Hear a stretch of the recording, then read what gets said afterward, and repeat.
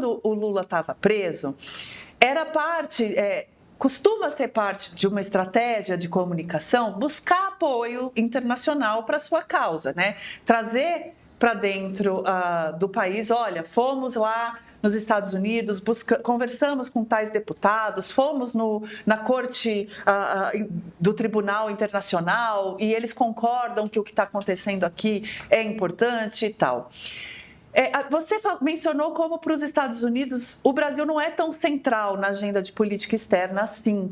Mas você acha, como é que você enxerga esse movimento, tanto do bolsonarismo de recorrer ao trumpismo para se validar aqui, quanto do trumpismo de buscar parceiros internacionais nessa aliança global de extrema-direita? Você acha que é importante para o trumpismo a extrema-direita voltar ao poder aqui no Brasil ou isso é irrelevante? Não, ótimas questões, Flávio. Eu vou até pegar um pouco, só um fio que você falou dos comentários, né, num ponto. Eu acho que uma coisa a ser colocada muito direta em relação ao TSE e em relação aos dois lados, né? Eu acho assim, a gente tem que ter sempre cuidado, porque tem um tipo de análise que ele parece muito ponderado, mas que ele, por vezes, é problemático, que é o que eu chamaria de falsa equivalência, né? Que você sempre pode pegar elementos de dois lados e falar assim, mas no fundo, né? Mas você, por vezes, desse ponto, pode responsabilizar completamente a vítima, nesse caso.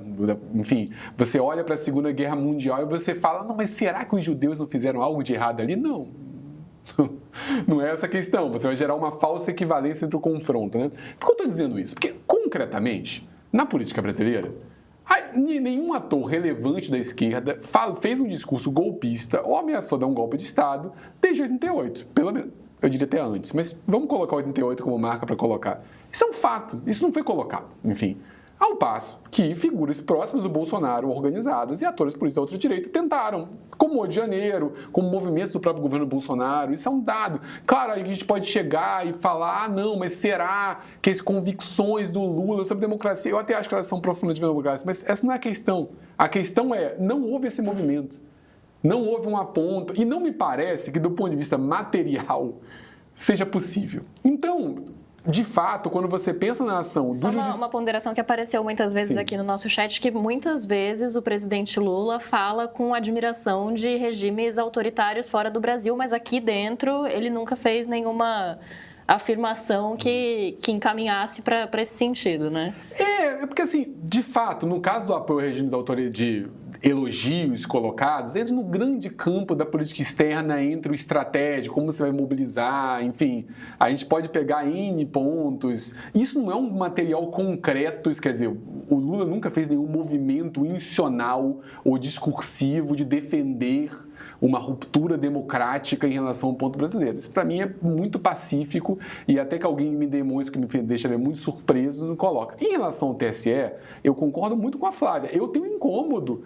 sobre as consequências futuras. Não pelo caso do TSE hoje, mas porque é ruim você abrir esse tipo de prerrogativa de qualquer poder judiciário para intervir tanto. Do próprio STF também, né? Decisões democráticas. Concordo completamente, mas para mim, e aí eu concordo com ela também, tem um ponto que é quase o ponto de que, enfim, de um remédio necessário e que gera um prejuízo para você no momento extremo, sabe?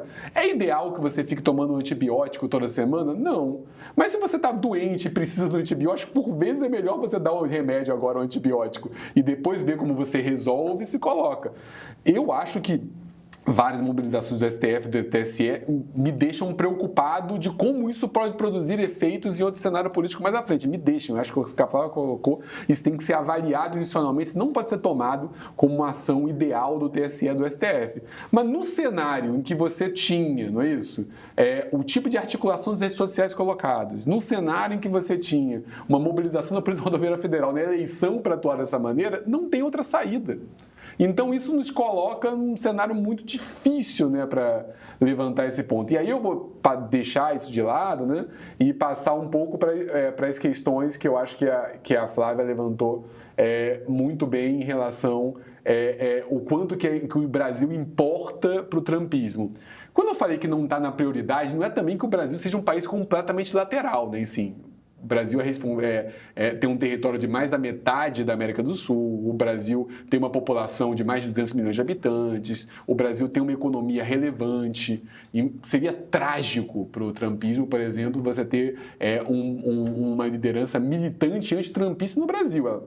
Porque uma coisa é o Trump não querer intervir militarmente ou ostensivamente nos países à moda do soft power neoconservador republicano. Outra coisa é o Trump querer ter inimigos próximos. Não. Porque o Trump retomou muito do imaginário de quase um imperialismo à moda antiga, né? De pressionar, de ameaçar invadir, de ameaçar guerra tarifária e por aí vai. Então, o Brasil importa. E o Trump vai fazer movimento. Me parece que o entorno do MAGA Movement do Trump vai fazer movimentos para apoiar figuras alinhadas a ele no Brasil. E isso é preocupante. Isso é preocupante porque ele tem para atuar nisso não apenas o poderio econômico dos Estados Unidos, não apenas a atuação, digamos, secular da democracia norte-americana para intervir em outros contextos nacionais, que é um dado, mas as redes sociais que, não é isso, estavam sentadas na posse dele lá, demonstrando e dizendo discursivamente que estão dispostas a defender os valores que o Trump defende em outros lugares do mundo. Então tem a Meta, tem o Musk. Isso é muito preocupante e me parece que haverá movimentos nesse sentido. Eles serão determinantes para a eleição brasileira? Difícil prever. Mas é possível que o sejam. Isso é muito preocupante, sem dúvida. Agora, paralelamente a isso, também me parece que, por mais que esses atores tenham muito poder, às vezes é difícil lutar em todas as frentes, né?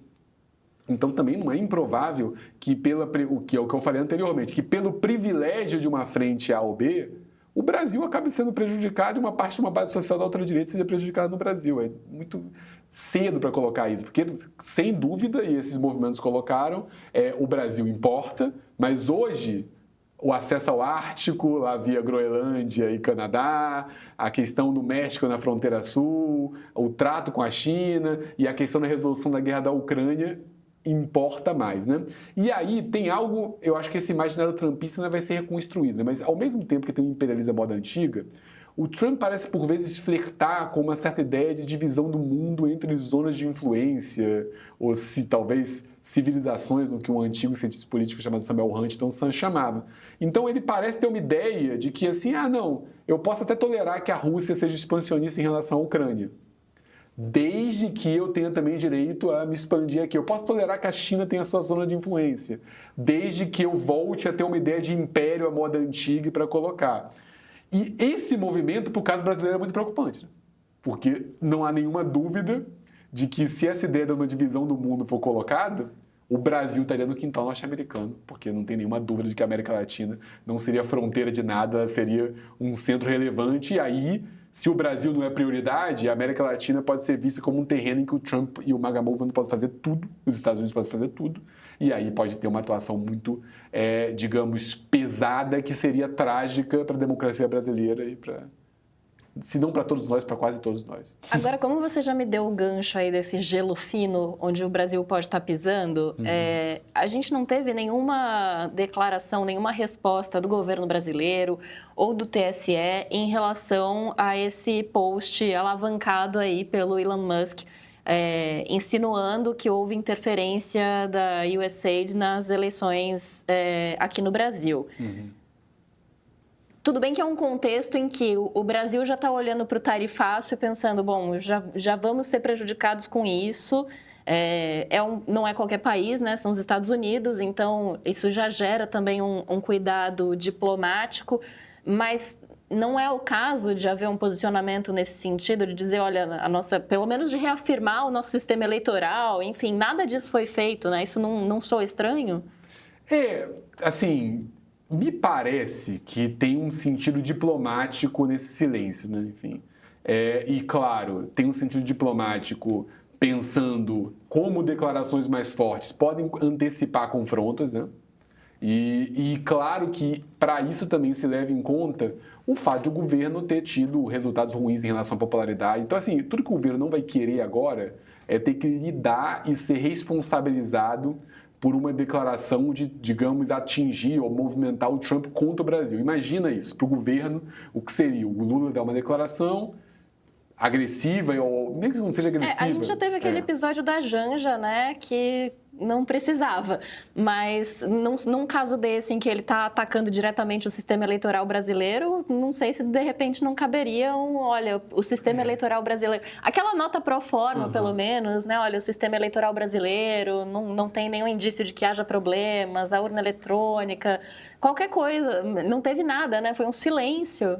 Talvez o cálculo seja que eles estão esperando um posicionamento oficial. É óbvio que é ambíguo, porque é óbvio que hoje o Trump e o Musk falam em rede social como falam fora de rede social. Mas eu acho que tem um cálculo de talvez não antecipar esse confronto em relação ao Brasil e ver como vai se desenrolar outros confrontos, né? Enfim, a gente tem hoje padrões de como ele respondeu aos Estados Unidos. Basicamente, se a gente olha para as 5 principais frentes, você tem isso, né? Isso quer dizer, o Trudeau respondeu de uma maneira muito dura, a Sheinbaum no México respondeu de uma maneira, muito digamos... habilidosa ela, né? Habilidosa, marcando e colocando. A China respondeu, digamos, com um padrão protocolar. A Europa teve que lidar com o caso da Dinamarca, e com o caso da Ucrânia, muito... Uma coisa a Europa dá uma declaração, o Scholz na Alemanha dá outra, enfim. E agora, com essa declaração trágica em relação ao Gaza, os países árabes têm outro padrão de resposta em relação à Jordânia, o Egito, nessa maneira. Então, assim, me parece que talvez a democracia brasileira está olhando como isso vai se colocar, até porque a verdade é que na política interna, o Lula apanhou um pouco por manifestações mais enfáticas na política externa, né? Enfim, apanhou por manifestações em relação a mais de um caso da política externa. Então, talvez agora no cenário, que é muito difícil para a diplomacia, me parece que tem uma certa, se adotando antes, uma ideia de prudência, já esperando talvez medidas concretas para se dar uma resposta, não é isso? Aí é escolha, né? E é aposta no que vai ser mais eficaz. Sem dúvida, o Trump não parece estar adotando nenhum tom de moderação e me parece que, até agora, essa movimentação do Brasil, por exemplo, é mais eficaz do que a manifestação do Petro, que fez um discurso muito interessante em relação à autonomia do povo colombiano, da Colômbia, e a um trato, não é isso, de violação de direitos humanos de deportados. Eu, como cidadão, como pessoa, concordo substantivamente, mas teve que recuar, não é isso? E que acaba perdendo força externa e interna. Então, por vezes, a prudência para poupar recursos posteriores, ela é mais eficaz do que uma manifestação, por mais que eu concorde com você, que traz muito incômodo a alguém que não é somente o dono não é isso? O dono da Tesla ou do dono do X, né? Ele está falando pelo governo norte-americano agora, né? Mas aí é essa ambiguidade que talvez o governo me parece que isso é muito uma marca do Itamaraty, que sempre foi alguém muito defensor de políticas muito prudentes em relação a manifestações internacionais. Talvez o Itamaraty esteja julgando de que, dado que esses atores estão falando sempre on e offline, né, oficialmente e por vezes extraoficialmente, talvez é melhor esperar manifestações oficiais, porque um outro risco também é o governo ficar batendo boca com o Musk em rede social. Imagina como seria trágico com alguém que é dono do Twitter. Imagina se, entendeu? O Musk vai pautar as respostas do governo brasileiro. Então tem que ter muito cuidado de quando responder e de quem responder e de como responder. Porque se você aumenta o tom e o Musk aumenta o tom, você não vai poder parar de responder, né? Então você pode entrar num tipo de debate na arena pública que não me parece que interessa para o governo. Então, prudência é uma boa medida, por mais que possa também revelar fraqueza. Então, não é que eu ache a melhor medida, mas eu entendo por aí a estratégia.